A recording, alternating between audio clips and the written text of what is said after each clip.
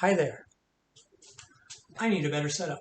Okay, this is going to be the most advanced installment of going from Orthodox to Southpaw in a way that's defensively responsible, quick, efficient, all that good stuff, especially if we're not necessarily good at the footwork of our switch stance, because we all want to believe that we're switch hitters, but, this is my Orthodox. Very few of us can actually switch equivalently. I like to think that I'm fairly proficient in both, but I'm still better in Orthodox. And I was actually born left-handed. Broke my arm when I was a kid. Had to learn how to write with my right arm. Kind of fucked me up. It's a long story. Anyways, we still want to be able to have the angles and the opportunities that being a switch hitter affords us. And as always, by the way, we have our opponent demonstration called Dylan. Dylan knows why this is called Dylan. Anyways, so first I showed you just how to deal with it if we got put in that position, right? Like opponent goes clockwise, shell up, pivot, or get back, whatever, right? Simple, you can go back and watch it. And then I showed you how to slide, get in, or how to do the double jump kind of thing, same thing. Now I'm going to show you basically like the reciprocal reverse defense and some ways to put it all together practically in a fight, right? There's many ways to escape. Like even from here, if I've gotten here and done this, I can still pivot, just make a really big pivot, come here, and then step back or whatever. I can get here, step back here, right? I can still do those, and they still apply, and they're probably more common. I can also just stay in Southpaw and maybe I switch it after taking a few steps, or I stay in fighting Southpaw, right? Whatever you want. But we're looking at what's the equivalent motion from this reverse, and this is for the slide, and then for the double hop, it's right. And since we're often going to be here, because first, right, we arrive here, then we turn, so we're going to be here, and we want to have our feet proper while we get to that exit, because remember, our opponent's going to come here or go around there, so our best place is there because it corresponds to both of those areas, right? So my feet might be square, so I might have to do a twist with my ankles at the same time as coming, right? So that would look like here would, right? So would be like, right, for the new angle. So I'll show you how to do that step by step from the first to the third, and then I'll put it all together. For this, I do not like the slide as much as I like the double hop. Some nuanced reasons for that. Like as I explained in the second video, maybe the first as well. No, I think just the second. The slide is about as good as the double jump, maybe even more useful for getting into that position.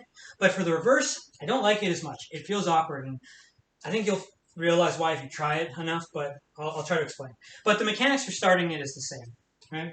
You have your front foot, which is your right foot now, because you're in Southpaw. Remember, you've been put into Southpaw, like doing the drill I just showed you, right?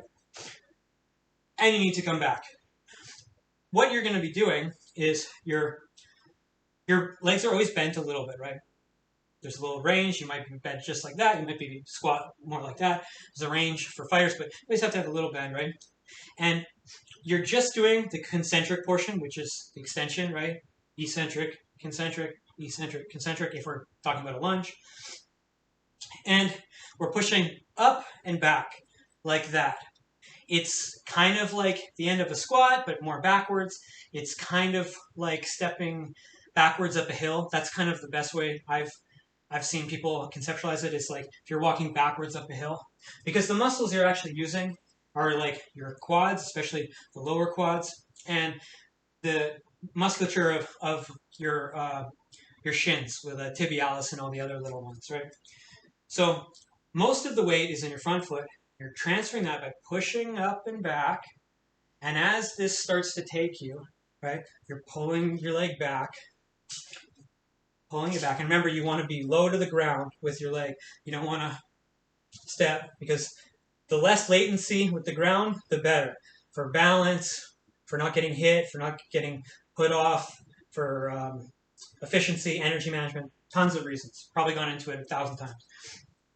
And this applies to like every drill you do, everything you do, right? And as your momentum starts to swing with that, you let your left foot come with you. You're not pushing off so much with your left foot. I like to say, like, instead of the musculature of your left foot performing the motion, the inertia and movement you get from the right foot allows the muscles to go through their movement, right? A little difference there. So I'm like allowing it, this is for the slide, I'm allowing it to pull me. I have to go up on the ball of my foot. A couple reasons for that. One is just, if you try this, if you try to get like in this position, you'll find you're very tight on the calf. I can't remember if it's dorsiflexion or plantar flexion. I always get them mixed up. But most people are very tight. I'm very tight. I can feel it. It's not very comfortable. But more so than that, it's if you're flat on the ground, you're off balance, and you have more of a higher of a friction coefficient because more of your foot is on the ground, right? It's very hard to slide like that. Like you're really pulling now. You'll actually feel it in the hamstring, like pulling, right? And it just doesn't feel natural. But I don't like the slide so much. The slide, it'll get the job done, especially for if you're not moving that much. Like, you know, you've come here and now you're just stepping and sliding. Like, okay, it works, right? Especially if you don't have to turn, if you're not having to turn. If you have to turn, it's a little awkward to slide. It just doesn't feel very, very good. But when you're at like these odd angles, which you will be now, like you're not perfectly front to back, it's a lot harder. And the main thing I find is the distance management is hard to gauge. There's so many things that change, right? If you're on a different floor, if you're wearing different shoes, it changes everything, because it's all based on like the friction coefficient of the floor. Like that's the variable that changes, which will change. Whereas with the hop, like you're always, like you might fluctuate in weight, but your balance is always the same, and you shouldn't be fluctuating that much in weight. Like you always feel like the same person, at least from like day to day, right? You're not going to lose 50 pounds in a day. The problem is, like, I can't go very far with the slide, or as far as with the hop. Like that was very exaggerated, but it's awkward. But I have to put so much energy into doing that, and it's so slow, it's so awkward, it's just weird. But if I want to go just a little bit, I still want to go fast, right? But remember, all the energy is coming from my right foot to pull this. So how do I go just a little bit fast without getting off balance like that? You see what happened, right? I didn't even intend to do that. It actually, a little serendipitous, right, that happened. This is what happens. Like if I try to go just a little bit with the slide, right, I'm off balance. I'm actually too far forward this time because I overcompensate. It's not good, right? Whereas the hop, I can go as far as I want, and it's always the same. It's always up to my judgment. I feel like I have authority and autonomy over this motion much more, right? And I'm always in position when I land, right? I can always move again. If I need to come forward, I can come back, right? The slide just doesn't feel like that. And once you get to the point where of this drill where you realize that it's very rare that you're just going to be front and then back, because you're going to have to come here. When you're here, it's much easier to turn while you have a little bit of time in the air and change your angle with your foot, because otherwise you're still squared up and your opponent will now be over here. It's not good, right? And then what, you're going to do this? I see I fucked it up. If you can see, like, my feet are right on top of each other. No bueno, right? How you do the hop, start the same. Weight on the front foot, the right foot. Press up and back like you're walking up a hill, backwards. swing this just above the ground. Front foot comes up, your left foot comes up on the ball of your heel, and you're just doing like a little drop. It's like a calf raise drop, kind of like skipping rope very lightly, right? Just above the ground. What it'll look like is, and the front foot lands first. Reason for that, a couple reasons, but mainly, if I do get clipped while I'm going backwards, I still, like, so I'm here, right? Because my front foot is landed, and I get hit, I'm being pushed backwards, I can still land with my rear foot. If my rear foot is already landed, and I'm like this, and I get clipped, there's nowhere else for me to go, right? Because I'm not stable. The distance is really easy to manage. If I just want to do a little one, like this, easy. If I want to go all the way, the balance is very easy. It feels intuitive, like I'm right here. It's just much better. But, like I said, press with the right foot, swings, left foot comes up, and just drops while you let it pull you, right? It's very hard to show this slowly because it's momentum that drives it, right? This also works very well with kickboxing because of the weight being transferring onto your new rear foot. Because now you're up like this for like keeping or for rear kicks. I'm by no means a kickboxer, so I won't show any more and embarrass myself. But I think you can see why that's a little better. And after you've gotten that down, say my opponent has come around a bit, right? It's not just going to be front to back perfectly all the time, right? Now, I can turn a bit, right? Can meet my opponent. It's really exaggerated. It's a little easier to show here, I think. So here, pa, pa, right? So I'm squared, right? Try to show you here. Come here, turn, uppercut, hook, whatever. I'm here. I need to change to go that way. Weight on my front foot, my right foot. Press back. Turn as I do it, right? It's seamless. You probably need to be pretty good at pivoting to be able to do this in one motion. I guess theoretically you could just do that and then twist at the end. It's very awkward though. Yeah, like I can't even force myself to do it. It's too awkward. But that's the progression for the more advanced, like reciprocal or symmetrical movement pattern that allows you to get in and out without needing to be good at Southpaw, right? You don't have to actually be able to fight in Southpaw. Though you might want to.